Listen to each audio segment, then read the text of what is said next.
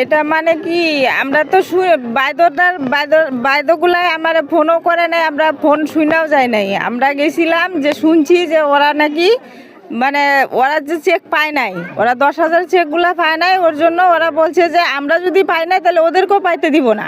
এই কারণে একটা শোনার পরেই আমরা সবাই একজুট হয়ে ওদের বাড়িতে গেছি শোনার জন্য যে কি তোমরা কি মনে করে বা এটা কি কারণে এটা অফিসে গেছো আর কি বললা।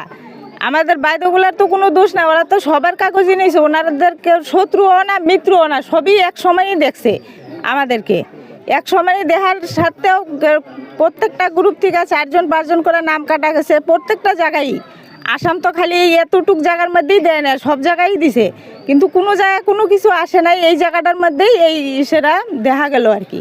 আর ওনারা যে কেস করছে বা কি করছে জানি না, ওগুলা কি মনে করে করছে তাও বলতে পারবো না। আপনারা দলবদ্ধ আক্রমণ করার বিষয়ে প্রাণের ভয়ে মানে সাপকাটা থানায় এজাহার দাখিল করেছে কি? ওনারা তো আগেই কেস করছে, কেস করার পরে আমরা শোনার পরে গেছি, আমরা তো আগে যাই নাই, আমরা গেছি সন্ধ্যাবেলা, ওনারা কেস করছে সকালবেলা। এটা তো মিথ্যা কথা না। না না, এগুলা সব মিথ্যা কথা, এগুলা কিছুই না। এগুলা ওনারা সব বানায় কথাগুলো কইছে যে বাইদগুলারে যে কইছে যে 5,000 টাকা ঘুষ নিছে, আমরা দিতে পারি নাই, ওর জন্য আমার চেকগুলা কাটা দিছে, ওগুলাও মিথ্যা কথা।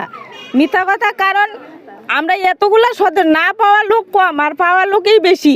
তাই এই যারা পাইছে তাদের তো একজনও বলে নাই যে আমাদের কাছ থেকে 5,000 টাকা নিয়ে ঘুষ নিয়ে দিছে। তাহলে বাইদ যদি 5,000 টাকা করে নিত তাহলে আমরা কেন বাইদর পিছনে বলবো? আমরা কি দিয়ে মিথ্যা কথা বলবো? কোনো সময় তো এটা হয় না। না, ওটা গেছি যে জিজ্ঞাসা করবা নিকে যে তোমরা কমপ্লেন করছো, কমপ্লেন করলে যদি আমাকে চেক গুণা না আহে, যার জন্য আমরা ওইটা জিজ্ঞাসা করবা নিয়ে গেছি। আমরা তো বাড়ি ভাঙবার যাই নাই। ইহতে কইছে যে কারোবাক টটর পরা মারি কিনে। না না, এটা সব ভুয়া, সব ভুয়া। না ঘর বাড়ি জ্বলাই দিওর এটা ভাবি না, ওইটা কেউ কয় নাই, ঘর বাড়ি জ্বলাই দেওয়ার কথা কেউ কয় নাই। মিছা কথা। আপোনালোকৰ পৰা মানে সেলফ হেল্প গ্ৰুপৰ যিবিলাক মানুহ আছে সিহঁতে পইচা পাতি লৈছে নেকি? না, 1 টাকাও নাই নাই বাইদেউ।